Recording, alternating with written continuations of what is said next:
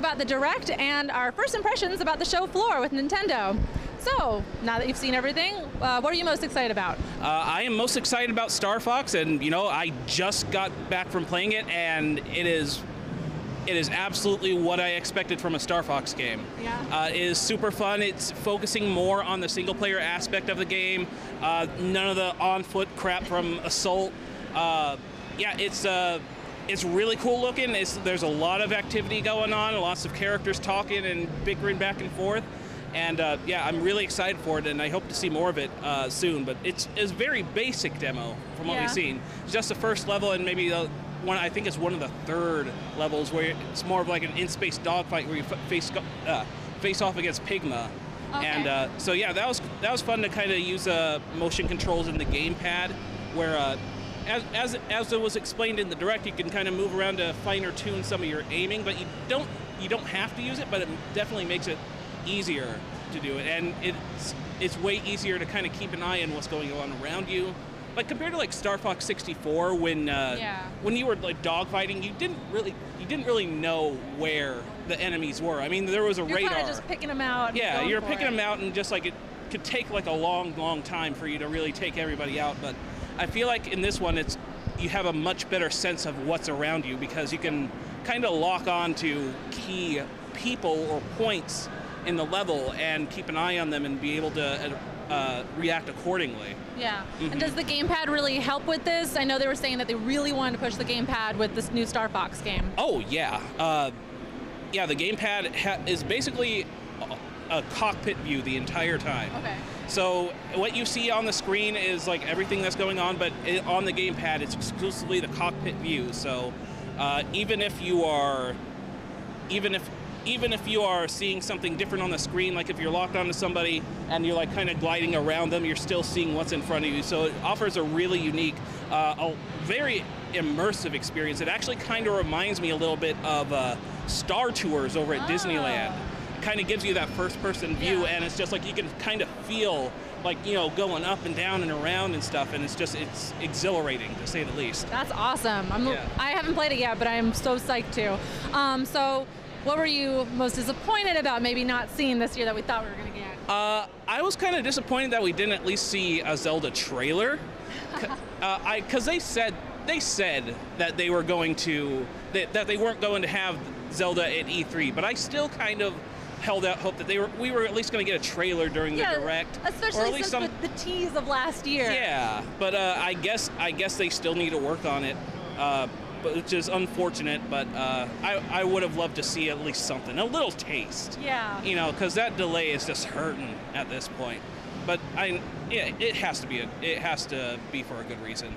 I hope so, yeah. I mean, just the fact that it was teased very slightly last year, and you thought it was going to keep coming, and then just nothing, and we get totally different games. Cool-looking games for the Zelda franchise, but not what we were expecting. Mm-hmm. So looking forward, how do you think Nintendo's going to do this year, leading up to next year's announcement? You know, as kind of underwhelming as the Direct was, I do feel like Nintendo's going to have a strong 2015. Yeah. They have so many games that, you know, are coming out. Like, we knew about a lot of the stuff that was coming out, but it's like, I don't know if it's really registering in people's minds just how many games are being released this year. Yeah. And, yeah. Especially for the Wii U. Mm-hmm. I mean, summer's going to be weak. I mean, I don't know what Nintendo of America's deal is with not releasing games in the summer, but come September, October, November, December, it is not going to be a better time to be a Nintendo fan. And I appreciate that they even mentioned anything that was 2016 is early 2016. So we're not none of this stuff where it's like, oh, it's coming, don't worry about it. We got something to look forward to. Yeah, I kind of feel like it's getting to be that point where Nintendo's just gonna be focusing more of their efforts on the NX at this point. Like we didn't see too many new game announcements, but I feel like that's why. I think they're about ready to kind of jump to the next ship. Come late 2016. Cool. Yeah. Well, thanks for talking with us. No problem. Thanks for having me on. Thank you for sending in all of your questions. We got a ton for today, so we're only going to answer a few. But keep sending them in because we still got 2 more days to go. All right, so our first question is from Shy Guy. What time is it? It's $6.56. We have from Fred13 asks, what is the pricing on Blast Ball and will it have download play? Well, we don't actually know the pricing for it because that's not something they announced at E3. But we do know that Blast Ball will have local, online, and download play multiplayer. And Brood Wars asks, can you play Star Fox Zero without gyro controls? Well, not in the demo, but we have pretty sure that you're going to be able to when the game comes to you. Our staff is kind of mixed on it. Most people really like the gyro controls, but some people think it's still a little wonky.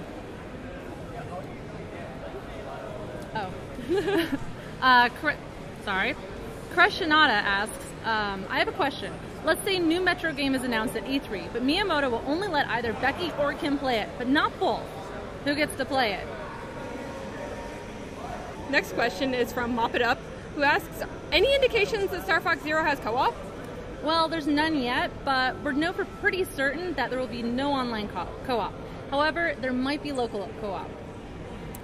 All right, and our next one, Void asks, any mechanism for getting top-rated levels in Super Mario Maker from around the world?